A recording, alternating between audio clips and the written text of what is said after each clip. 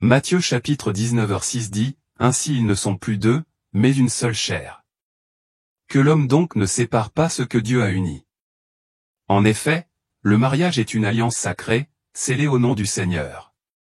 Mais quiconque ose rompre cette union, même l'une des personnes qui la composent, défie la volonté de Dieu et encourt les conséquences, un chemin qui mène tout droit à l'enfer, un lieu où la lumière ne parviendra plus jamais. Sur cette chaîne, nous nous engageons pleinement à répandre la lumière de Dieu et à vous aider à marcher dans la vérité et l'obéissance à sa parole. Aujourd'hui, nous vous proposons un témoignage particulier d'une femme qui a frôlé la mort, l'histoire d'une épouse, une mère qui est décédée et a vu l'enfer de ses propres yeux. Là, elle vit des femmes mariées endurer des châtiments indescriptibles. Pourquoi étaient-elles là? Qu'est-ce qui les a conduites à un destin aussi tragique? Et quelles furent leurs dernières paroles? Restez jusqu'au bout pour découvrir la vérité et recevoir un avertissement brûlant destiné à réveiller votre cœur. Si vous êtes toujours fidèle à votre foi biblique, commentez « Amen » avec votre nom et votre ville en guise de déclaration de foi. Nous prierons pour que Dieu éclaire votre vie de sa lumière. N'oubliez pas de vous abonner et d'aimer la vidéo, c'est la première étape pour offrir votre vie à la lumière. Et si vous nous avez soutenus par vos remerciements, nous vous en sommes profondément reconnaissants, car vous semez des graines de foi pour votre âme. Écoutez attentivement le témoignage de cette femme.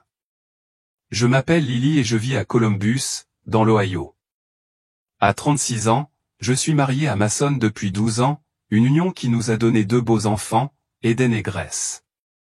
De l'extérieur, ma vie semblait incarner l'idéal d'une chrétienne dévouée.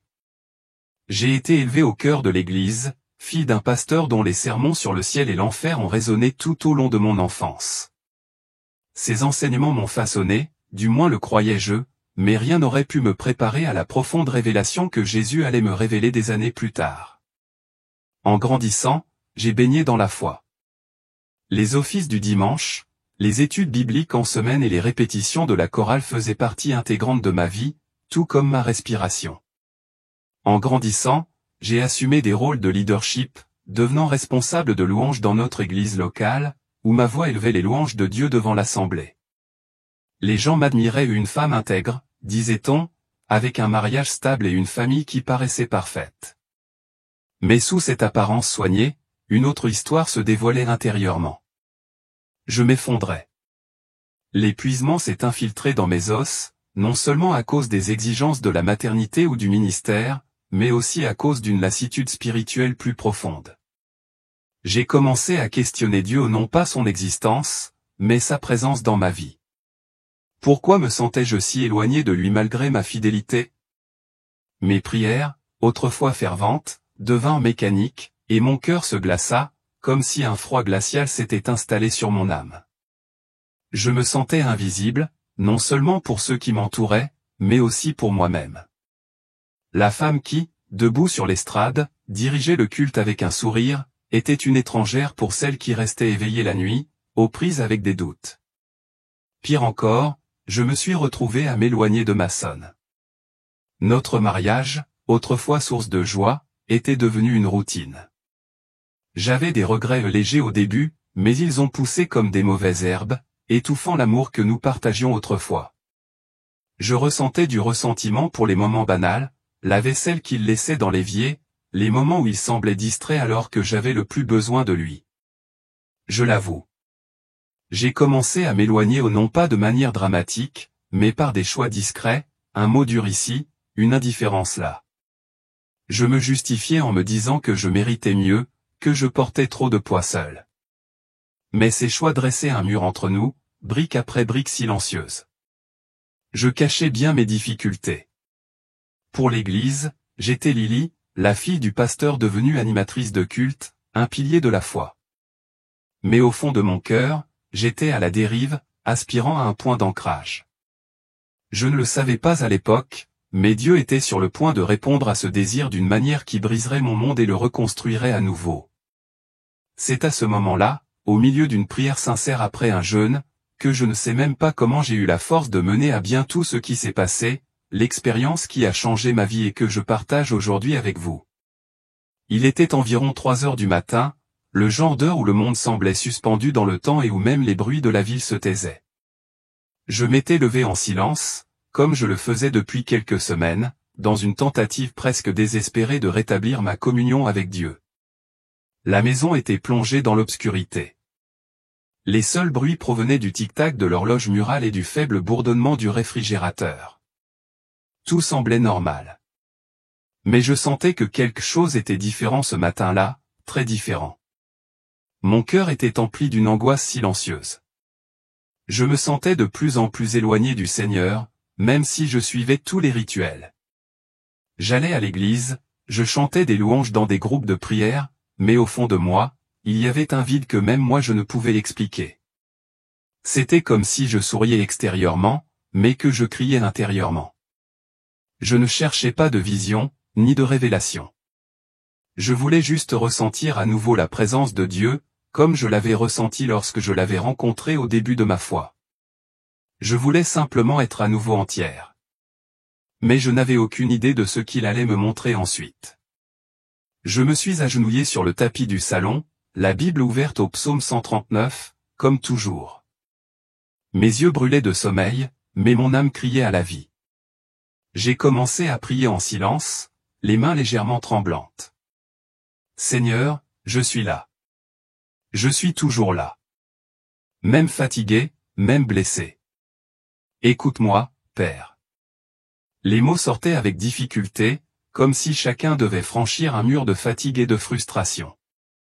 Mais j'ai continué, même si je ne savais pas s'il écoutait, jusqu'à ce que quelque chose d'inexplicable se produise. J'ai senti mes genoux céder. C'était comme si le sol tirait mon corps vers le bas. Mon front touchait le tapis. Mais la chose la plus étrange fut ce qui se passa juste après, je me retrouvai debout et me regardant. Mon corps était toujours là, immobile, mais j'étais à l'extérieur. C'était comme si mon âme avait été arrachée de mon corps. La peur m'a envahi pendant une seconde, mais bientôt une paix surnaturelle a rempli tout autour de moi, une paix que les mots humains ne peuvent décrire avec précision. C'était quelque chose que je n'avais jamais vécu auparavant, et même sans le comprendre, je savais que c'était réel. Il y avait un vent fort, violent, presque violent, mais toutes les fenêtres étaient fermées. Le rideau flottait comme en pleine tempête, et pourtant, il n'y avait ni pluie ni tonnerre. L'air devint épais, comme si je respirais un parfum céleste mélangé à quelque chose qui brûlait le cœur. La pièce entière était remplie d'une présence si puissante que mon âme a commencé à pleurer même sans larmes.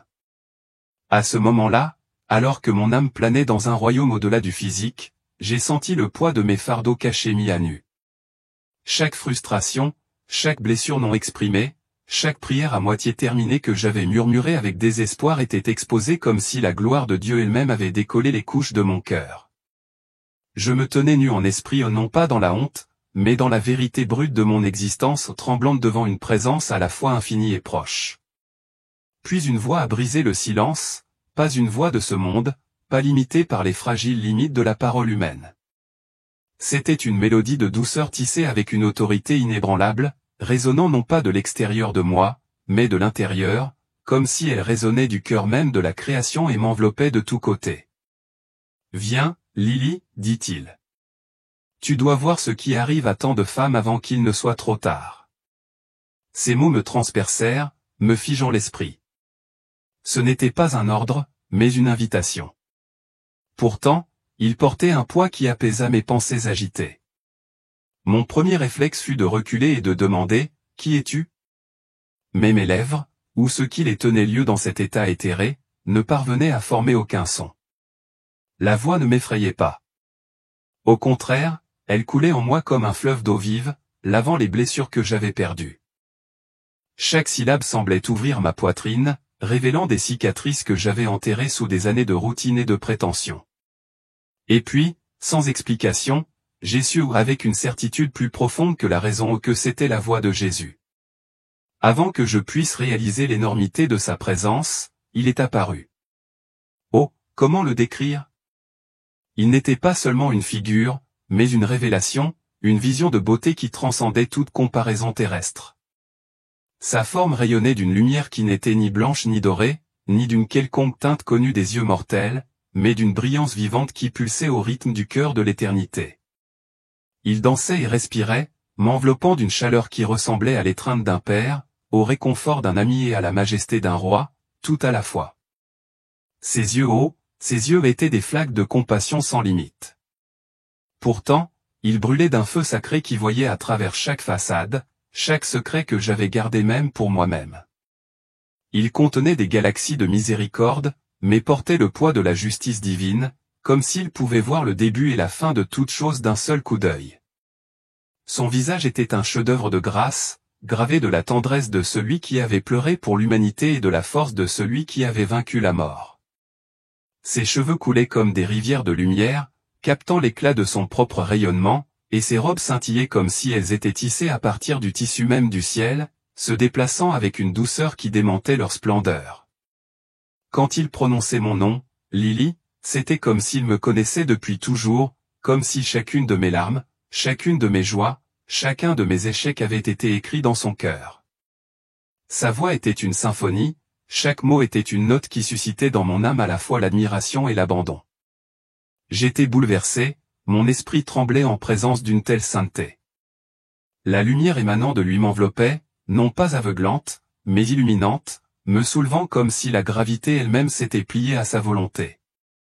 Il n'y avait pas d'escalier, pas d'ascenseur, seulement une traction douce et intentionnelle, comme si mon âme était une feuille portée par un courant divin. Je savais instinctivement que j'étais attiré par un endroit que peu de gens osaient imaginer, un endroit que beaucoup avaient besoin de voir, mais que peu choisiraient. Alors que sa lumière m'entourait, les contours familiers de mon salon se sont dissous. Les murs, le tapis, le canapé, le tic-tac de l'horloge sur le mur, tout cela s'estompe dans un souvenir qui s'estompe, comme si le monde matériel n'avait été qu'une ombre. L'air changea, s'épaississant d'un parfum à la fois céleste et brûlant, comme de l'encens mêlé à la douleur de la vérité. Soudain, l'obscurité s'abattit, non pas l'obscurité de la nuit, mais un vide vivant, une étendue noire comme du charbon qui semblait observer et respirer. À l'intérieur, de faibles silhouettes vacillaient, leurs cris et leurs murmures torturés s'élevant comme un chœur de regret. J'étais entré dans une dimension où le temps et l'espace se plient à des lois inconnues.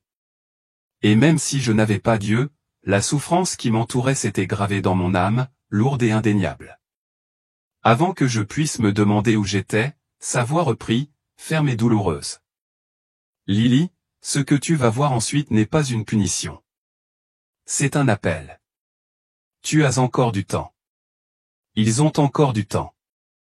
Mon cœur se serra, une terreur glaciale s'installant lorsque je réalisai où l'on m'emmenait. En enfer. Mais ce qui me bouleversa profondément, ce furent les paroles de Jésus, chargées de 1000 avertissements tacites. Vous verrez ce qui a silencieusement détruit tant de femmes. Elles ne s'en rendaient pas compte, mais elles m'ont quitté au sein de leur propre mariage. À ce moment-là, j'ai compris que cette vision n'était pas seulement pour moi. C'était un message pour des milliers, peut-être des millions de femmes comme moi ou des femmes qui se sentaient invisibles, lasses et dépassées, qui allaient fidèlement à l'église, mais se perdaient dans leur rôle d'épouse, de mère et de dirigeante. Elles s'éloignaient de lui, inconscientes, sans que personne ne tire la sonnette d'alarme. Tandis que Jésus se tenait à mes côtés, sa présence rayonnante, tel un phare dans l'obscurité envahissante, je ressentais à la fois la terreur de ce qui m'attendait et l'assurance inébranlable de sa guidance. C'était un cheminement que je ne pouvais refuser, une vérité que je ne pouvais ignorer. L'obscurité devant moi commença à s'estomper, révélant un couloir. Mais ce couloir n'était pas ordinaire. Il semblait être fait de regrets. Les murs vibraient de cris étouffés, comme si chaque brique était faite de souvenirs douloureux. J'avais l'impression d'être sur le point de voir quelque chose qui changerait ma vie à jamais, quelque chose qui me ferait revenir différente et me forcerait à parler. C'est à ce moment précis que j'ai senti une main invisible tenir mon esprit. Elle n'était pas faite de chair, ni de feu, ni de lumière. Elle était faite de gloire. Et, cette main posée sur moi, j'ai fait le premier pas. Mais ce que j'ai vu ensuite, personne ne m'y avait préparé. Si un aspect de votre vie s'éloigne de Dieu sans que personne ne le sache, écrivez dans les commentaires, Jésus, ramène-moi. Peu importe qui vous êtes extérieurement. C'est maintenant que le ciel veut parler à ce qui est à l'intérieur.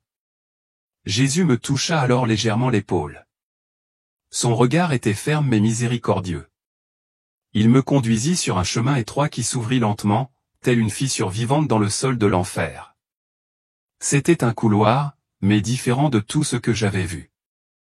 Les murs n'étaient pas en pierre, mais en visage. Des visages féminins hurlaient, se tordaient, imploraient de l'aide. Certaines tentaient de s'extraire des murs avec leurs mains. D'autres pleuraient et criaient des noms. Comme si chaque mur était fait de choix éternels. Le sol semblait vibrer au battement de cœurs pourris. Chaque pas était comme marcher sur des péchés devenus solides. L'atmosphère était brûlante, suffocante. Mais ce qui me bouleversait le plus, c'était le poids de la douleur émotionnelle qui pesait sur eux. Ce n'était pas seulement du feu.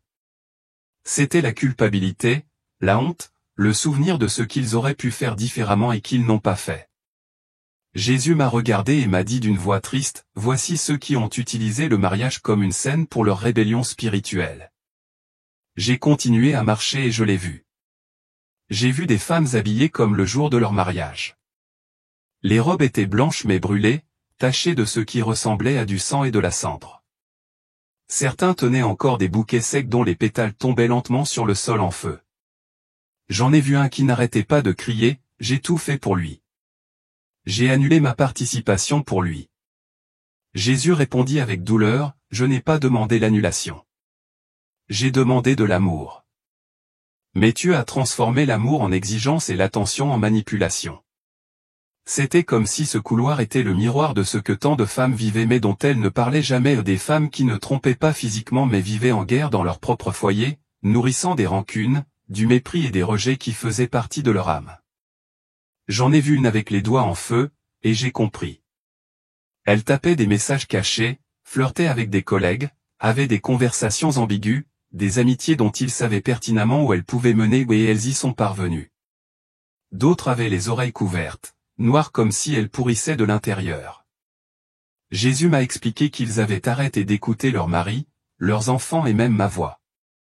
Mais elles n'ont jamais cessé d'écouter les ragots, consumés par les voix d'autres femmes qui alimentaient la rébellion et le mépris. J'ai vu une femme agenouillée, enchaînée à son téléphone portable. L'écran brillait et des vidéos sensuelles y passaient. Des séries pleines de désirs, des portraits de femmes nues. Elle regardait comme si de rien n'était. Jésus dit, elle a dit que c'était juste une distraction, mais elle cultivait un désir pour ce qui m'abhorrait. J'en ai vu un autre qui répétait comme un mantra, mais j'ai prié. J'ai jeûné. J'ai travaillé. Jésus répondit fermement, j'ai fait le travail, mais je n'ai pas fait ce que je désirais le plus, me réconcilier avec mon mari. Demander pardon. Aimer vraiment. J'en ai vu une dont la bouche était brûlée. Ses lèvres s'assombrissaient à chaque mot qu'elle essayait de prononcer. Jésus a révélé, elle criait sur son mari tous les jours. Elle l'humiliait. Elle l'insultait avec des paroles déguisées en conseils. Elle détruisait le foyer avec sa langue, puis accusait le diable. Chaque scène me bouleversait intérieurement. C'était comme si chaque femme me révélait une part de moi-même. Je ne pouvais que pleurer et réfléchir. Combien de fois ai-je été impatiente? Combien de fois ai-je pensé, laissez-le se battre, et me suis-je endormi sans même prier pour lui? Combien de fois ai-je laissé la fatigue devenir une excuse pour m'éloigner, non seulement de mon mari, mais aussi de Dieu? Nous sommes arrivés au bout du couloir, et là, la scène la plus forte s'est produite. Une femme brûlée de la tête aux pieds, tenant une photo. C'était une photo de famille. Elle pleurait, appelant ses enfants. Retourne leur dire. S'il te plaît, dis-leur que maman n'est pas dans un bon état. Dis-leur de ne pas faire ce que j'ai fait. Jésus m'a regardé avec terreur dans les yeux et a dit, beaucoup de femmes aujourd'hui qui dirigent, chantent, conseillent, leur cœur est complètement corrompu au sein de leur mariage, et elles pensent que j'approuve leurs œuvres. Mais je regarde le cœur. Je me suis agenouillé là. J'ai crié. J'ai pleuré. Je me suis senti nu face à la vérité. Et j'ai compris que ce couloir était ouvert pour moi, non pas pour me condamner, mais pour me réveiller. Jésus étendit la main. Vous avez encore le temps, mais prévenez les autres avant qu'il ne soit trop tard. Et c'est à ce moment-là que tout a commencé à avoir du sens. Mais ce n'était pas encore la fin. Il y avait encore beaucoup à voir dans cet environnement effrayant. Si vous connaissez une femme qui a besoin d'entendre cela, écrivez ici dans les commentaires, « Seigneur, utilise ma vie pour réveiller les autres. » Après avoir quitté cet environnement, je pensais avoir déjà vu le pire. Mais Jésus a marché avec moi quelques mètres de plus jusqu'à ce que nous nous arrêtions devant une nouvelle entrée. L'air y était lourd, non pas comme de la fumée, mais comme si l'oxygène lui-même était contaminé par la tromperie. C'était une atmosphère d'auto-justification, de fierté et de désir à peine dissimulé. Devant, une immense file de femmes s'étendait comme une spirale sans fin. Chacun tenait dans ses mains des documents qui ressemblaient à des papiers de divorce. Mais quand j'ai regardé de plus près, j'ai vu qu'ils étaient écrits avec du sang. Du sang de pacte rompu, de vœux déchirés devant Dieu. Ces femmes ne hurlaient pas de douleur comme les précédentes. Elles murmuraient. Et ce qui m'a le plus choqué, c'est que beaucoup essayaient encore de justifier ce qu'ils faisaient. Ils ont dit, « Je me suis libéré. Dieu voulait mon bonheur. Jésus m'a rapproché. » Le son était fait de lamentations et de mensonges mêlés. J'ai vu que beaucoup de ces femmes ne quittaient pas leur mari par solitude, par tristesse ou par dévalorisation. Ils sont partis parce qu'ils étaient dominés par des désirs qu'ils n'ont jamais livrés à l'autel.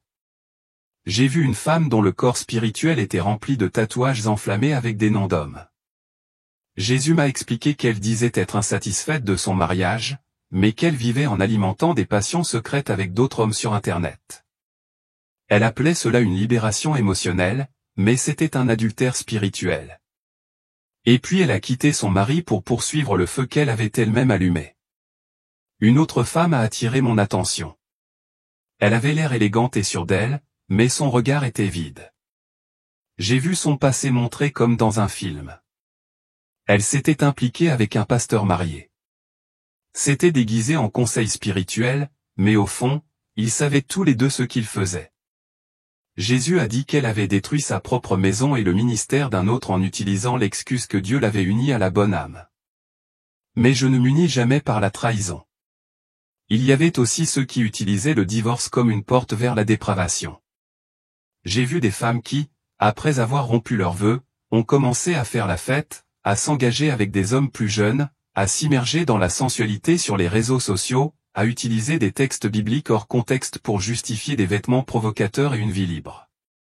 Jésus m'a montré quelqu'un qui a dit, « Mon mari était un fardeau. » Mais dans le monde spirituel, elle était complètement emprisonnée dans des chaînes faites de miroirs ou des miroirs qui ne reflétaient que l'image d'elle-même. Et puis vint la révélation la plus terrifiante. Certaines de ces femmes avaient spirituellement livré leur mari au diable. J'ai vu quand, dans des moments de colère, ils priaient avec des malédictions. Ces prières se sont transformées en démons désignés qui ont attaqué la maison, les enfants, le ministère des maris. Et Jésus dit avec douleur, elles pensaient être des prophétesses, mais c'étaient des sorcières qui lançaient des paroles comme des lances. Et quand la maison est tombée, ils sont sortis et m'ont accusé. Il y avait aussi celles qui détruisaient volontairement l'image de leur mari, même sans adultère, même sans violence domestique. Ils ont menti, calomnié, inversé l'histoire pour émerger en victime. Il était autoritaire. Il était psychologiquement violent. Mais ce n'était pas vrai. Ils ont créé ce récit pour pouvoir se donner à d'autres hommes sans peser leur conscience.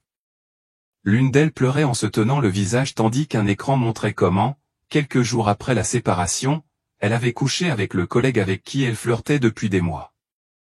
Tout était déjà préparé. Le divorce n'était que la dernière étape.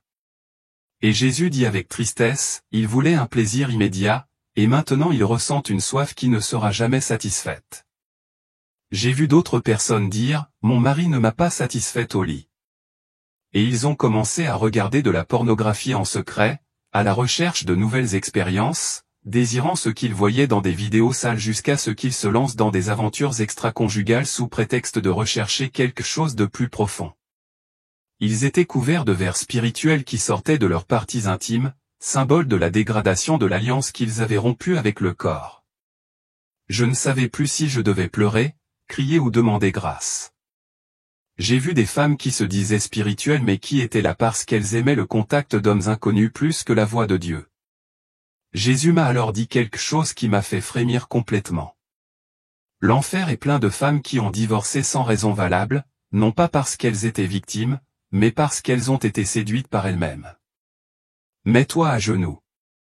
J'ai commencé à me souvenir des moments où je murmurais contre Mason. Des moments où je pensais, s'il était différent, je serais plus heureuse. Lorsque nous cessons de regarder notre conjoint avec les yeux de l'alliance et commençons à le regarder avec des yeux charnels et exigeants. La ligne continuait, et Jésus en désigna la fin, en disant, ce sont ceux qui auraient pu encore être sauvés, mais ils se sont trop justifiés, et leur justification est devenue une sentence.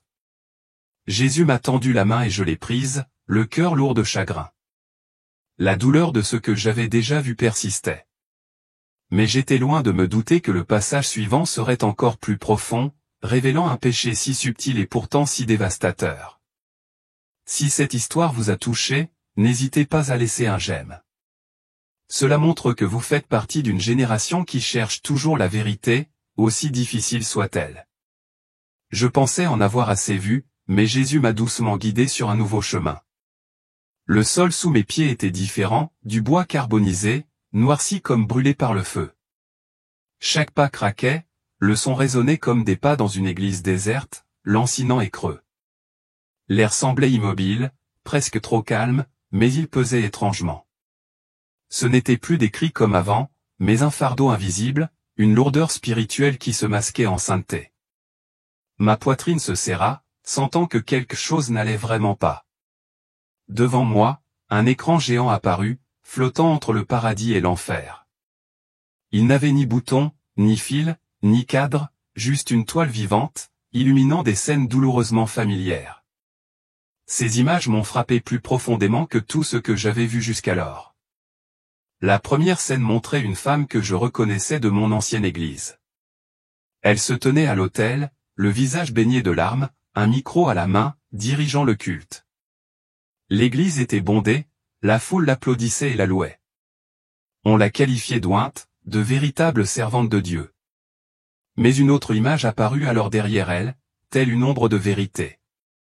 Son mari était assis seul à la maison, mangeant un dîner froid en silence.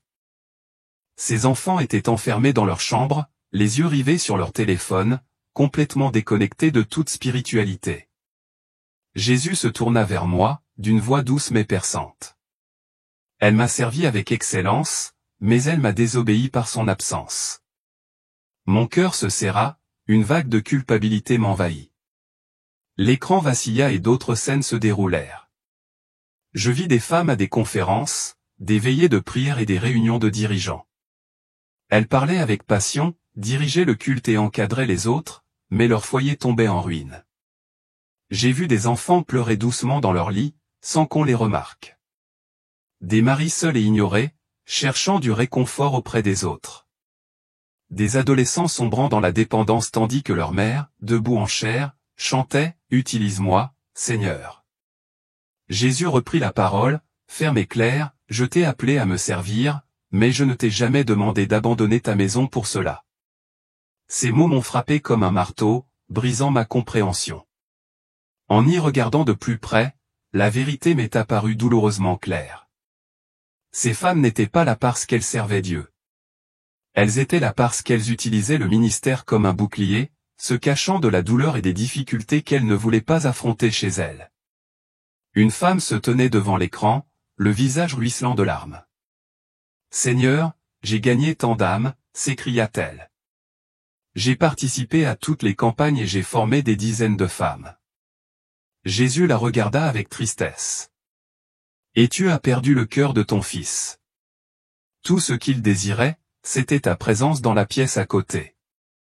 Ses sanglots résonnèrent et mes propres yeux se remplirent de larmes. Les scènes se succédaient, toutes plus douloureuses les unes que les autres. J'ai vu des mères réprimander des jeunes à l'église pour leur comportement, la voix cinglante et exigeante.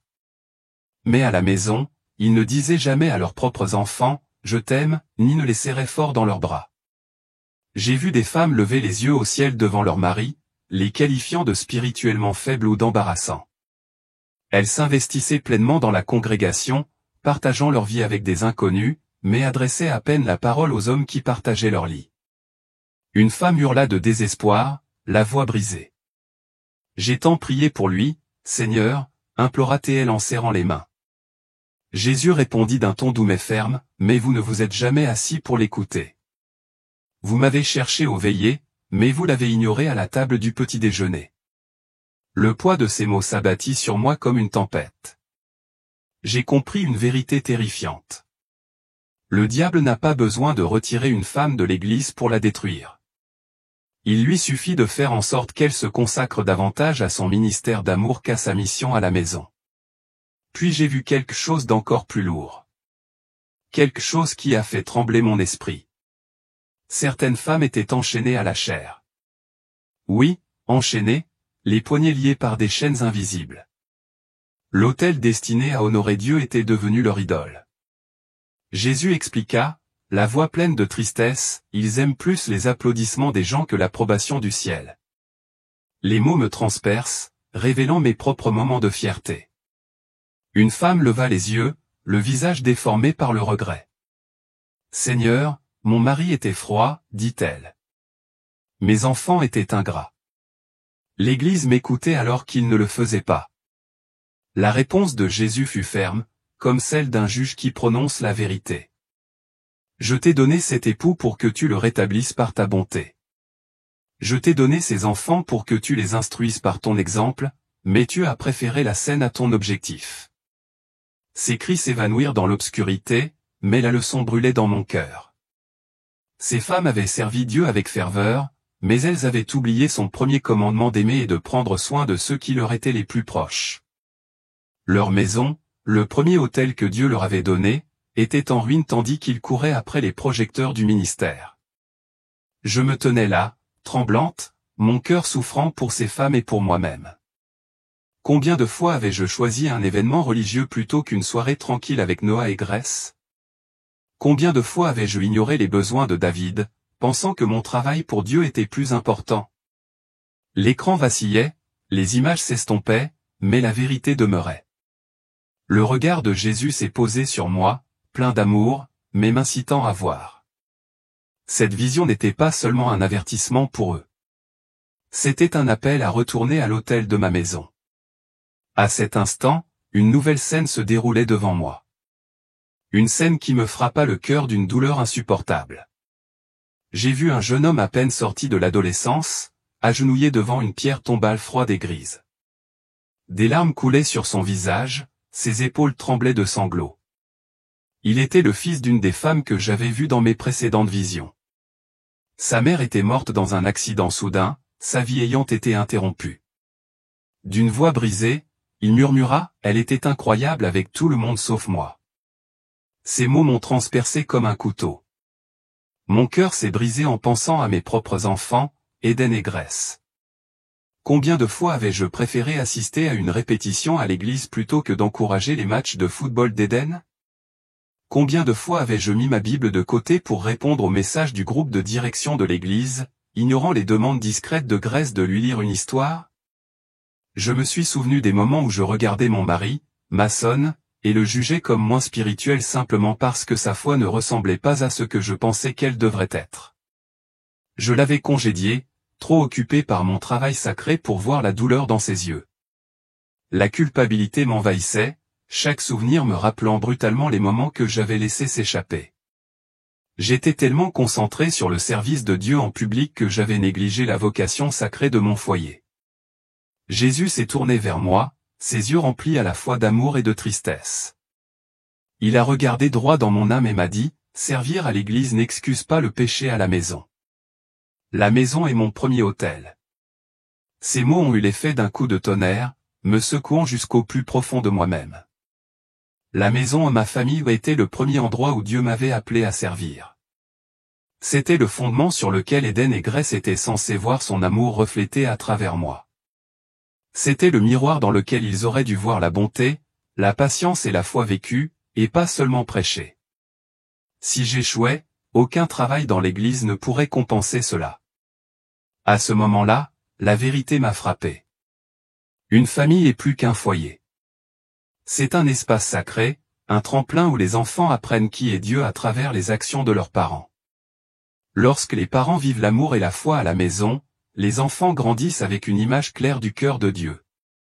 Ils apprennent à faire confiance, à prier, à pardonner parce qu'ils le voient chaque jour dans la façon dont leur mère écoute ou dont leur père fait preuve de patience.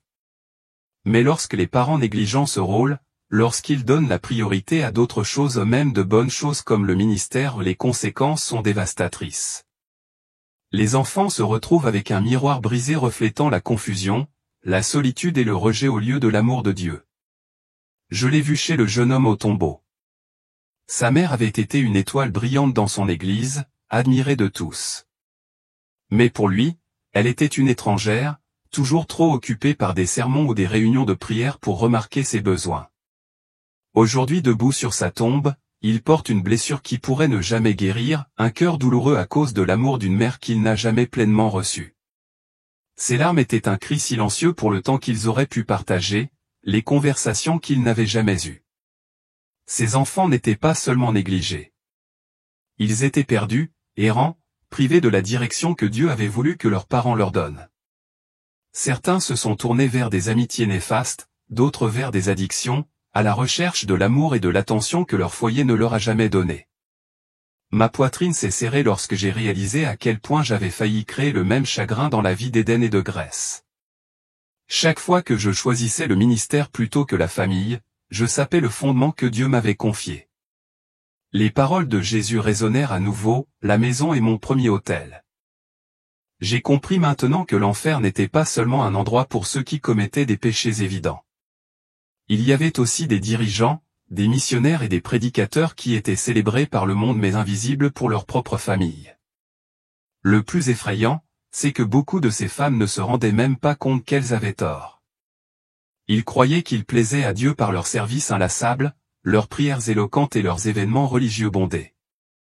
Mais ils fuyaient ce que Dieu valorisait le plus, la fidélité dans les petits moments de calme, les histoires au coucher, les repas partagés, l'écoute patiente.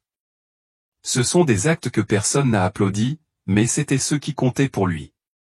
J'ai pensé à Éden, à son sourire éclatant quand nous jouions au football dans le jardin. J'ai pensé à Grèce, sa voix douce me demandant de lui tresser les cheveux. Combien de ces moments avais-je manqué, pensant que mon travail pour Dieu était plus urgent? L'écran a commencé à s'assombrir, mais pas avant qu'un dernier message n'apparaisse, écrit en lettres de feu qui sont restées gravées dans ma mémoire. Le Seigneur est proche de ceux qui servent en esprit, mais loin de ceux qui servent pour être vus. Ces mots étaient un avertissement, non seulement pour les femmes de la vision, mais aussi pour moi. J'avais servi pour être vu par l'Église, par mes pairs, par quiconque me qualifierait d'oint. Je sais pourquoi je suis ici. C'était pour moi, pour Éden, Grèce et Maçonne. Il s'agissait du choix que j'avais encore, reconstruire ma maison comme un lieu où l'amour de Dieu pouvait briller ou risquer de laisser mes enfants avec la même douleur que j'avais vue dans les larmes de ce jeune homme. Le regard de Jésus se posa sur moi, doux mais urgent. Je savais ce que j'avais à faire. La maison était mon premier autel, et il était temps d'y retourner. Jésus m'a tenu la main. Je tremblais, détruite à l'intérieur. Je ne savais pas quoi dire, mais il m'a simplement dit, ce n'est pas fini, Lily. Il y a plus. Et ce qui allait suivre expliquerait pourquoi tant de mères, même au sein de l'Église, perdaient leurs enfants au profit du monde. Si vous avez déjà compris qu'ils ont perdu beaucoup de temps à essayer de plaire à tout le monde, mais qu'ils ont négligé ce qui comptait le plus, écrivez dans les commentaires, Jésus, rends-moi ce que j'ai laissé se perdre. Je n'en pouvais plus. Mon corps, même hors de mon corps, ne semblait pas supporter autant de poids, autant de révélations, autant de douleurs mêlées de miséricorde. Puis, dans ce paysage de fumée, de lamentations et de vérités éternelles, mes genoux ont finalement cédé. Je tombais devant Jésus, tremblant. Je ne pouvais rien dire. Il a juste sangloté. J'ai ressenti de la honte, de la peur, du regret. J'ai ressenti la faiblesse d'une âme qui pensait que tout allait bien mais qui se perdait lentement dans de jolies excuses et des prières vides. Jésus s'est accroupi devant moi. Tes mains, oh, tes mains, encore marquées d'aies. Toujours ouvertes le sacrifice qu'il a fait pour moi. Il toucha doucement mon visage et me souleva d'un geste si simple, mais qui semblait contenir tout mon passé, ma culpabilité, mes échecs en tant qu'épouse, en tant que mère, en tant que femme. Ses yeux ont rencontré les miens. Il n'y avait aucune colère en eux. Il y avait de la douleur. Douleur pour un amour ignoré. Douleur de la présence rejetée. Douleur pour tous ceux qui se trompent encore en pensant être sauvés. Et puis il a parlé. Vous l'avez vu. Maintenant, vous devez vous exprimer, car beaucoup pensent encore être en sécurité, mais ils sont déjà en train de tomber. C'est à ce moment-là que mon âme est revenue. En un instant, comme un souffle, je me suis réveillé en sursaut. Il était sur le sol du salon, le visage collé au tapis et complètement trempé de larmes. Ma poitrine se soulevait comme si je revenais de la noyade. Mes mains tremblaient et ma bouche ne pouvait que babiller. Je suis désolé. Seigneur, pardonne-moi. Sans réfléchir à deux fois, j'ai couru vers la chambre. L'horloge indiquait toujours 3 heures du matin. Mason dormait profondément. Je me suis agenouillé au pied du lit et j'ai pleuré comme un enfant. Ce n'était pas un cri émotionnel. C'était un cri de reddition. Un cri qui disait, j'ai vu l'enfer et je ne veux pas retourner à celui à qui je n'ai fait aucune promesse. Je me suis rendu. À partir de ce jour, tout a changé. Pas par magie, pas du jour au lendemain, mais parce que Dieu avait enfin l'espace qu'il avait toujours voulu occuper, le trône de mon cœur, de mon mariage, de ma maison. J'ai commencé à voir Mason avec des yeux différents. J'ai échangé la critique contre la prière, le mépris contre l'honneur et la compétition spirituelle contre l'intercession silencieuse. J'ai vu que je voulais être une voix à l'autel, mais je n'ai pas entendu la voix de l'esprit dans la pièce. Avec mes enfants, j'ai cessé d'être le contrôleur spirituel et j'ai commencé à être un pont entre eux et Dieu. Je suis devenue plus présente, plus légère, plus sincère. J'ai abandonné l'autel de la performance et me suis jeté sur l'autel du repentir. Avez-vous déjà essayé de changer votre maison à force de reproches, de comparaisons et d'exigences, mais sans succès? Alors, commentez ici. Maintenant, je comprends que cela se fait par la prière, et non par l'imposition. À partir de ce jour, tout a changé. Non pas parce que je suis devenue une femme parfaite, mais parce que cette vision a brûlé mon âme d'une manière qui ne m'a plus jamais permis de vivre de la même manière. C'était comme si les écailles étaient tombées de mes yeux. Et j'ai finalement vu mon mariage, ma maison et ma vie à travers les yeux de Dieu, et non à travers les yeux de la religion, de la vanité spirituelle ou des médias sociaux. J'ai commencé à voir Mason avec un œil nouveau. Un regard qui voit au-delà des défauts. Qui a vu le dessein de Dieu en lui, même lorsqu'il était silencieux, même lorsqu'il faisait des erreurs. Je ne voyais plus un homme qui avait besoin de tout changer. J'ai vu un homme qui avait besoin d'une femme qui priait avec amour, et non avec mépris déguisé en intercession. Mon autel a changé de place.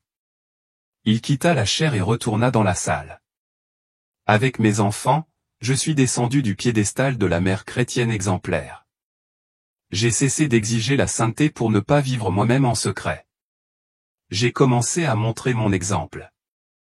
J'ai commencé à m'agenouiller avec eux dans la pièce, même si ce n'était que pour 2 minutes, en disant « Pardonnez-moi » lorsque c'était nécessaire. Et cela, curieusement, a restauré leur cœur plus que des années d'adoration de l'enfance. Ce n'était pas facile, ni rapide, mais c'était réel. Parce que lorsque Jésus vous montre l'enfer, tout en vous tenant la main avec amour, vous comprenez qu'il y a encore du temps, mais pas de temps à perdre. Cette vidéo n'a pas pour but de vous accuser ni de provoquer la panique. Je ne suis pas ici en tant que saint, ni comme quelqu'un qui a tout bien fait. Je suis ici en tant que quelqu'un qui a failli tomber et qui a été rattrapé par la grâce au dernier moment. Je suis ici pour te réveiller et peut-être te donner le dernier avertissement avant une chute dont tu ne soupçonnes même pas le début, car l'enfer est réel. Jésus ne veut pas seulement ta force, ton image, ta réputation. Il veut ton cœur. Il veut pénétrer cette part que tu n'as jamais montrée à personne. Alors, si ce témoignage t'a parlé, ne reste pas silencieux. Écrivez ici dans les commentaires, Jésus, réveille-moi. Car le ciel aussi bouge quand nous déclarons avec foi, l'enfer existe, mais le paradis aussi. Et entre l'un et l'autre, il y a un choix.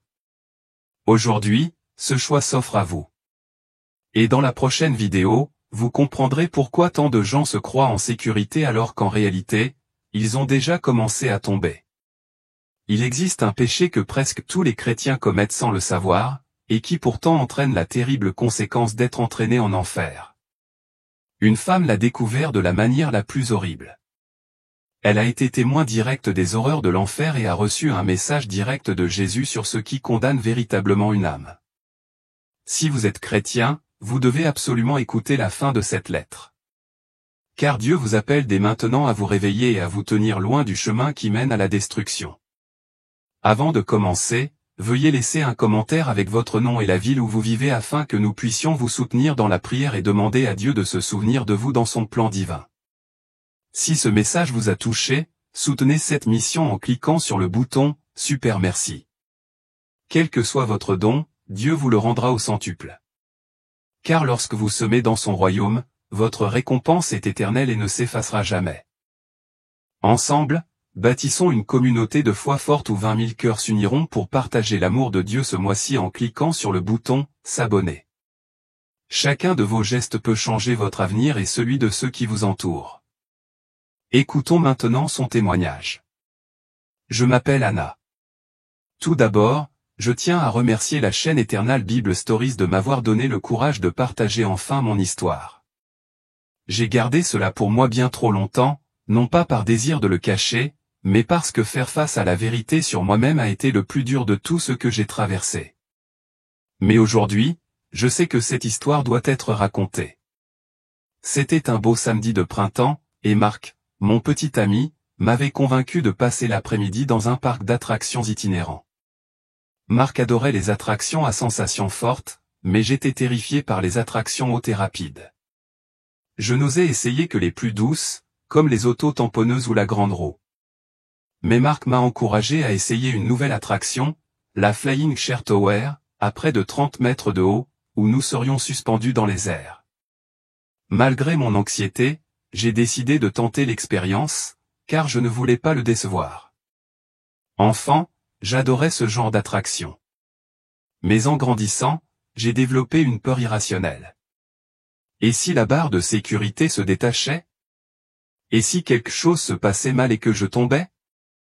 Lentement, le manège nous a fait monter, et à chaque montée, mon cœur battait plus vite.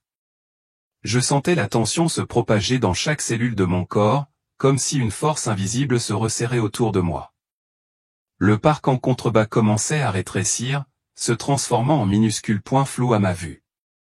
Le vent froid me frappait le visage, et j'avais l'impression d'avoir complètement perdu le contrôle. Plus nous montions, plus la peur prenait le dessus sur ma raison, telle une ombre silencieuse qui rampait sur moi.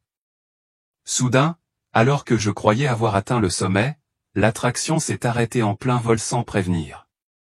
Un crissement strident a brisé le silence et mon cœur s'est serré. Il y a eu un long moment d'immobilité. Puis, sans prévenir, nous avons plongé comme l'éclair, si vite que rien ne semblait pouvoir l'arrêter. La peur me paralysait. Je ne pouvais rien faire d'autre que de serrer fermement la poignée du siège pour ne pas être éjecté.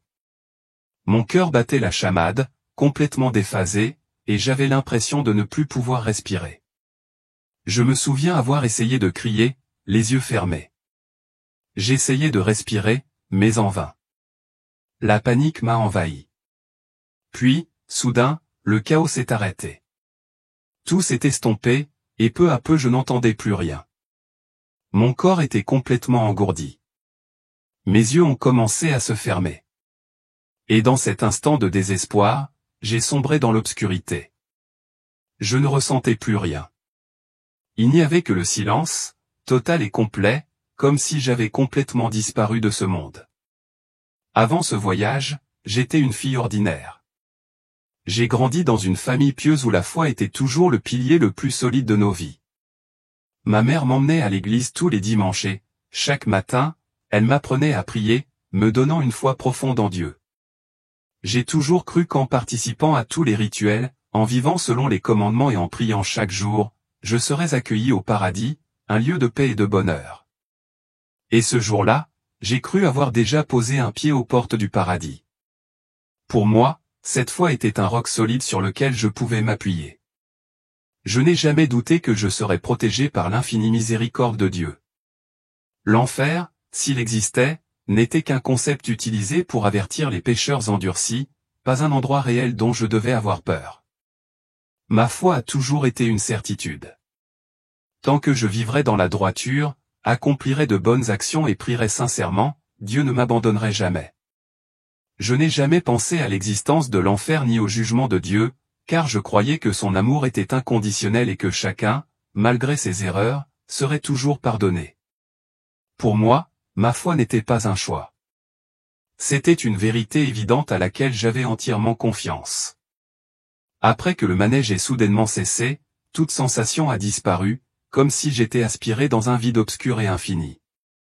Il n'y avait ni son, ni lumière, et l'espace autour de moi semblait se dissoudre. Je ne savais plus où j'étais, ni ce que je faisais, seul un silence pesant et noir enveloppait tout. J'avais l'impression d'être tombé dans un endroit qui n'existait pas, où rien ne pouvait me stabiliser. Et puis, dans cette obscurité infinie, une lumière radieuse apparut soudain au loin, illuminant tout autour de moi. Cette lumière n'était pas normale. Elle était si vive, si vivante et pleine d'énergie. J'avais l'impression qu'une force invisible me tirait de l'obscurité, me protégeant du vide dans lequel je venais de sombrer. À cet instant, j'ai ressenti une paix, une étrange sécurité inexplicable, comme si j'avais été libéré de la peur et de l'inquiétude. Alors que la lumière devenait plus claire, j'ai vu une silhouette apparaître. C'était Jésus debout devant moi, une lumière rayonnant de lui, illuminant tout l'espace. Ses yeux me regardaient avec une profonde compréhension et un amour inconditionnel, me donnant l'impression qu'il connaissait chacune de mes pensées et chacun de mes sentiments. À cet instant, je ne pus dire un mot. Je ne pus que le regarder avec étonnement. Je restai immobile, les yeux fixés sur lui, tandis qu'une pensée me traversait l'esprit comme un éclair. Étais-je mort? Cette étrange sensation au plus de corps, plus de sensations, seulement le silence et la lumière était-ce un signe de mort? Était-ce la fin de ma vie? L'endroit où je resterais pour toujours? Les questions se bousculaient dans ma tête, et je ne parvenais pas à comprendre cette présence. Elle me semblait à la fois étrange et étonnamment familière. Jésus sourit doucement, sans aucun jugement, seulement de l'amour et une profonde compréhension. Il me regarda comme un père regarde son enfant, plein de tendresse et de fermeté. « Tu n'es pas mort, dit-il d'une voix douce mais pleine d'autorité. Et toutes mes pensées se sont instantanément évanouies. Tu es ici pour une raison, Anna. Tu dois voir ce que tu n'as jamais voulu affronter. » Ces paroles m'ont surpris, même si une partie de moi ne parvenait toujours pas à saisir pleinement la vérité qui se cachait derrière elle.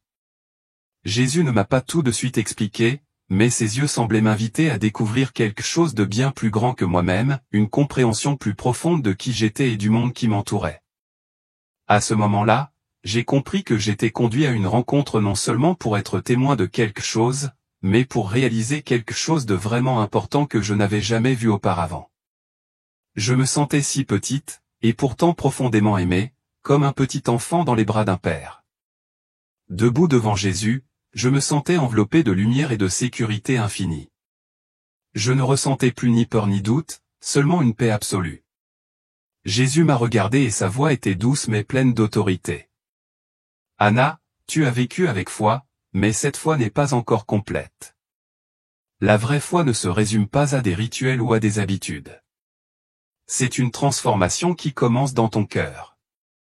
Lorsque l'orgueil prend le dessus, il vous fait croire que vous êtes juste, que vos bonnes actions peuvent vous justifier devant moi. Mais n'oublie pas, seul mon salut peut te sauver. » Ces paroles ont éveillé quelque chose en moi, même si je ne parvenais pas encore à le comprendre complètement. Ma foi n'est pas complète, me demandai-je, incapable de comprendre.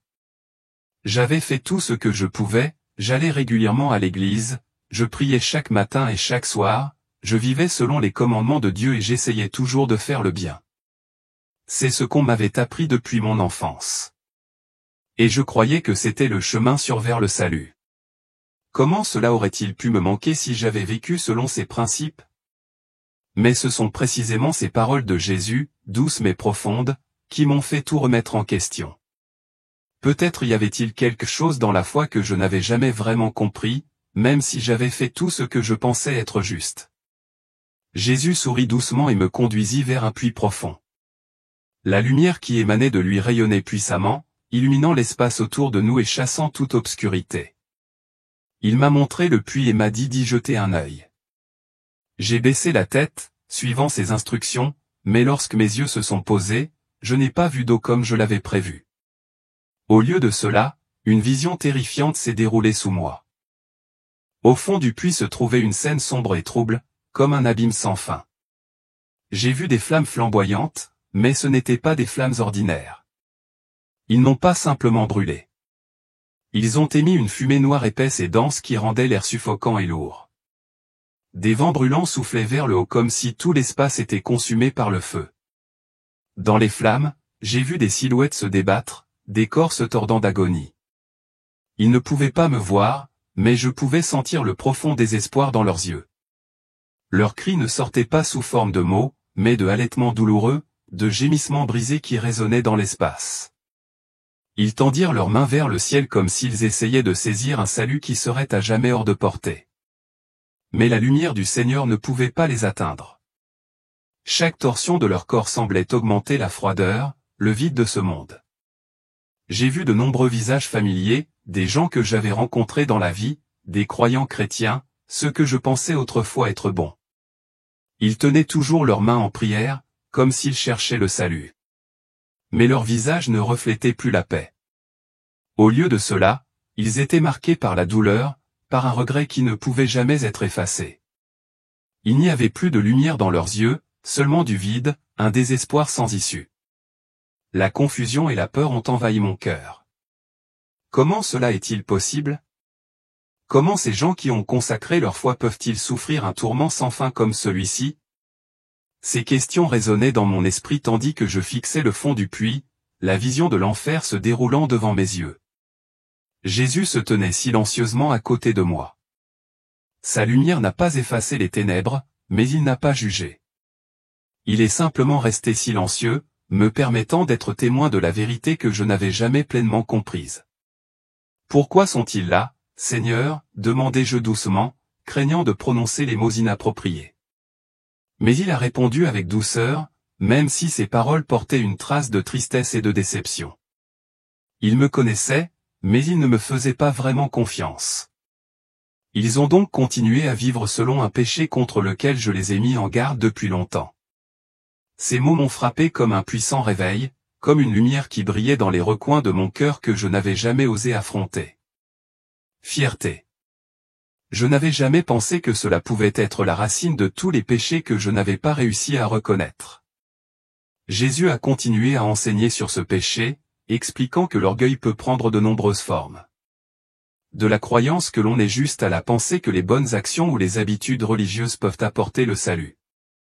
Mais sans repentance, sans conscience de son propre péché, tous ces actes ne sont qu'une illusion, un déguisement du grand ego que je n'avais pas réussi à voir.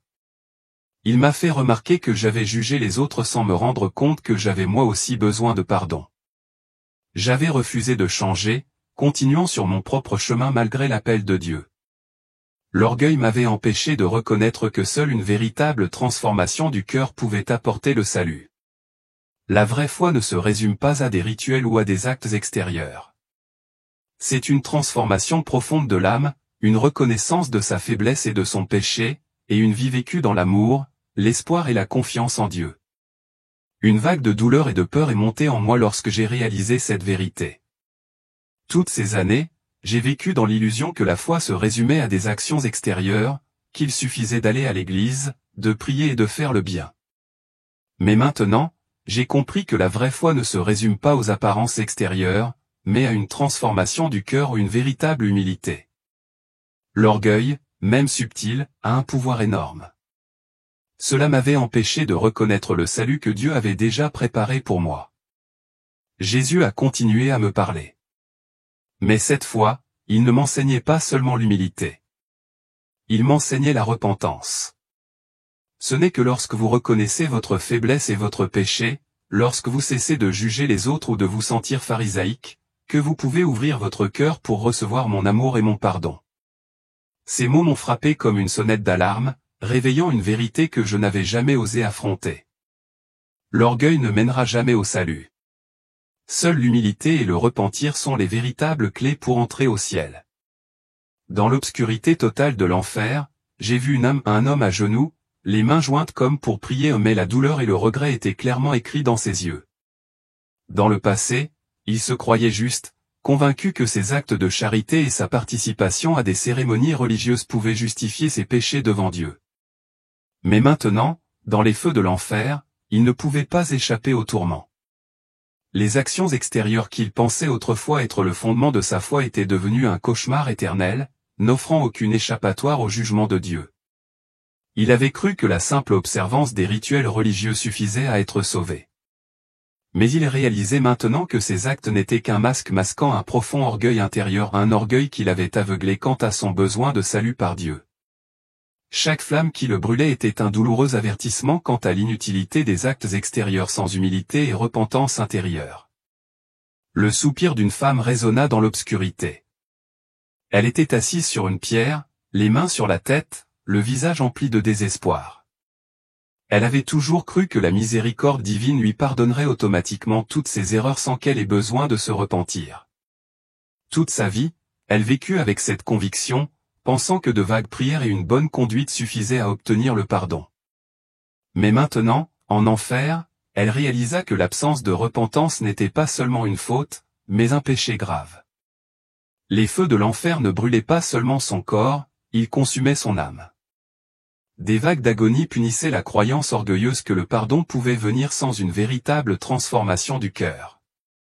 Elle laissa échapper un nouveau soupir, ressentant chaque vague de douleur comme si elle était déchirée par un regret arrivé trop tard, sans issue. J'ai vu une autre âme, un homme à l'apparence sévère, mais dont le regard transparaissait du mépris. Il regardait les autres âmes, tout affichant des visages emplis de douleur et de remords.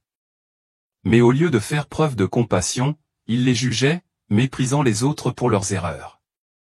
Il ne réalisait pas qu'il avait lui aussi besoin du pardon de Dieu. Et cette foi n'est pas une source de fierté. Elle doit être gardée avec humilité. Le feu de l'enfer ne l'a pas seulement brûlé. Il a déchiré son âme. L'orgueil qui l'habitait l'empêchait de voir que juger les autres ne faisait que l'éloigner du salut divin. Les cris des âmes qui l'entouraient ne semblaient que peser davantage sur lui lorsqu'il réalisa que son propre regard méprisant était précisément ce qui l'avait précipité en enfer. Une autre âme, une femme d'âge mûr, se tenait au milieu des flammes. Mais son regard exprimait toujours une certaine défiance. Elle refusait de changer, croyant toujours connaître son propre chemin et n'avoir pas besoin de changer pour Dieu.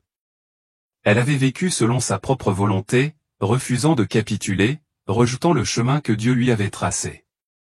Bien qu'elle ait entendu de nombreux sermons et connu la volonté de Dieu, elle refusait toujours de changer de vie. Elle persistait à suivre son propre chemin, pensant que tant que sa foi suffirait, elle serait sauvée. Mais maintenant, en enfer, elle réalisait que son obstination, son insistance à suivre sa propre voie, l'avait entraînée dans cette spirale d'agonie.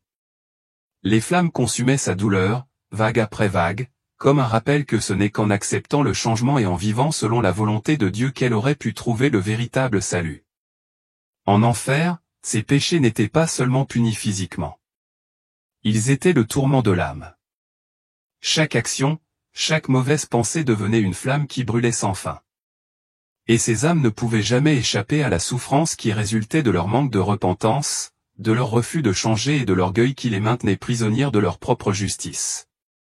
Puis Jésus m'a conduit à travers une porte dorée, et j'ai pénétré dans un lieu au-delà de tout ce que j'avais imaginé. Devant moi se trouvait une ville radieuse où tout était si parfait que cela semblait presque irréel. Il n'y avait aucun signe de souffrance ou de conflit. Tout était en parfaite harmonie, sans le moindre défaut. Les rues étaient pavées de pierres précieuses et les maisons brillaient comme de pure lumière, rayonnant d'une paix si merveilleuse que je n'en avais jamais ressenti auparavant. Chaque détail, chaque recoin de cette ville semblait avoir été façonné avec un amour infini, soigneusement conçu jusqu'au moindre détail. Jésus marchait avec moi à travers des jardins fleuris où l'air était pur et doux. Chacun de mes pas sur ces sentiers était enveloppé d'une lumière divine, me donnant l'impression de flotter dans un univers de tranquillité parfaite. Partout où je regardais, une joie et une paix incomparables m'envahissaient. Tout ici portait la marque de l'amour inconditionnel. Un amour sans limite, sans douleur, juste la sérénité et le bonheur. Et puis, à cet instant précis, j'ai revu mes parents, ceux qui avaient disparu de ma vie pendant si longtemps. J'ai couru les serrer dans mes bras, ressentant la chaleur de ces bras aimants qui m'avaient manqué pendant tant d'années. Nous nous sommes serrés l'un contre l'autre dans une joie infinie. Plus de distance, plus de chagrin ni de regret. Nous n'avons pas dit un mot. Nous avons simplement ressenti l'amour sacré qui nous entourait, comme si tout était parfait en ce monde et que nous étions réunis dans une paix éternelle. Je me suis senti aimé, protégé et réconforté à nouveau, sans souci ni peur. Jésus se tenait à nos côtés, souriant, contemplant notre moment de bonheur. Il parlait d'une voix douce et pourtant pleine de puissance. Ceux qui demeurent fermes dans la foi. Ceux qui ont vécu dans l'amour et la confiance en Dieu seront accueillis en ce lieu. C'est la récompense des prières sincères, des actes d'amour et d'une véritable transformation du cœur. Les fidèles goûteront l'éternité de l'amour et de la paix. Ces paroles ont envahi mon cœur comme des vagues de réconfort, m'aidant à réaliser que le paradis n'est pas seulement un lieu. C'est le fruit d'une vie vécue dans la foi, le repentir et l'amour. C'est la récompense de ceux qui suivent ces enseignements, non seulement par des rituels extérieurs, mais par chaque acte d'amour et de pardon qu'ils offrent aux autres. J'ai senti une nouvelle foi naître en moi, et à ce moment-là, j'ai compris que le paradis n'est pas seulement la destination. C'est le cheminement d'une profonde transformation intérieure. C'est la constance dans la foi, l'amour et le pardon qui m'ont ouvert cette porte. Et j'ai su dès cet instant que je ne vivrai plus jamais comme avant. Jésus se tenait devant moi, toujours entouré d'une lumière qui brillait comme un halo éternel. Il m'a regardé avec des yeux pleins d'amour. Il n'y avait aucun jugement dans ses yeux, seulement une profonde compréhension de tout ce que j'avais traversé. Il m'a gentiment rappelé, la foi ne se résume pas à des actes extérieurs. Ce n'est pas une question de rituel ou d'habitude. La foi doit venir du cœur, de la vérité intérieure. Chaque mot que tu prononces, chaque acte que tu poses doit refléter une confiance totale en moi. Ces paroles ont résonné comme un signal d'alarme dans mon cœur. J'avais vécu avec la foi sans vraiment la comprendre. J'avais suivi des rituels, fréquenté l'église, prié, mais tout cela n'était que des actes extérieurs, une routine, et non une véritable transformation intérieure. Ma foi n'avait pas été un cheminement spirituel, mais plutôt une vie mécanique. J'ai compris que la vraie foi n'est pas une performance. C'est une relation sincère avec Dieu, une vie vécue dans l'amour inconditionnel et le pardon. Jésus continua, sa voix toujours douce mais pleine de force, le pardon et l'amour doivent être le fondement de votre foi. Ce n'est qu'en aimant ceux qui vous entourent, en leur pardonnant et en reconnaissant votre propre faiblesse que vous comprendrez vraiment ma miséricorde. Chaque mot qu'il prononçait me transperçait l'âme, comme si toute once de fierté et de suffisance m'était arrachée. À cet instant, j'ai senti une transformation s'opérer en moi. Tout devenait plus clair. Je me voyais plus sincèrement. La foi ne se résumait pas à de simples actes ou paroles. C'était un profond changement intérieur. J'avais besoin de changer ma façon de vivre. Je devais me redécouvrir dans l'amour et le pardon de Dieu. J'ai compris que ce n'est qu'en vivant véritablement dans la foi, en ne m'accrochant plus à l'orgueil ni au jugement, que je pourrais me rapprocher du Seigneur et recevoir son salut. J'ai commencé à voir plus clairement mes erreurs, les limites de la foi que j'avais construite pour moi-même. Et à ce moment-là, j'ai su que je devais abandonner ce qui m'empêchait de vivre selon la volonté de Dieu. Je devais abandonner mes vieilles habitudes et entamer un nouveau voyage, un voyage de véritable transformation de mon cœur. La foi n'est pas une destination finale. C'est un cheminement permanent d'apprentissage, d'amour et de pardon. Alors que j'ouvrais lentement les yeux, une sensation de paix persistait en moi. Bien que mon corps fût toujours fatigué, mon cœur et mon esprit semblaient illuminés. Toute l'anxiété et la peur que j'avais ressenties auparavant avaient disparu, remplacées par un calme profond et durable. Je ne comprenais pas vraiment ce que je venais de traverser, mais j'avais l'impression d'être sorti de l'obscurité pour entrer dans un espace rempli d'une lumière éclatante. Les images que j'avais vues, les paroles de Jésus, tout cela m'est apparu plus clair que jamais. C'était comme si on m'avait donné un nouveau regard sur la vie et la foi, quelque chose que je n'avais jamais pleinement saisi auparavant. Alors que je reprenais pleinement conscience, je me suis rendu compte que je n'étais plus à cet endroit, celui où j'avais été aspiré dans un vide sombre lorsque le manège s'était arrêté en plein vol. J'ai regardé autour de moi et j'ai vu que j'étais allongé dans un lit d'hôpital, les machines émettant des bips réguliers autour de moi. Ce bruit m'a rappelé que j'étais encore en vie. Assis à côté de moi était Marc, mon petit ami. Il me regardait avec inquiétude, me serrant la main comme s'il craignait que je disparaisse à nouveau. « Anna, tu es réveillée ?» dit Marc d'une voix tremblante d'inquiétude. « Tu t'es évanouie après l'arrêt du manège.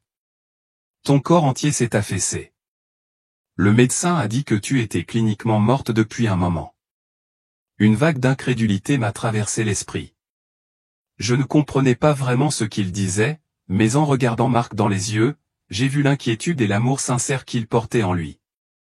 Il tenait fermement ma main comme s'il ne me laisserait plus jamais partir. J'ai prié toute la nuit, continua Marc, la voix brisée. Je ne savais pas si tu allais te réveiller, mais je te promets, Anna, que je respecterai ta décision, quelle qu'elle soit. Tu n'as pas à t'inquiéter. Je serai à tes côtés, quel que soit le chemin que tu choisiras.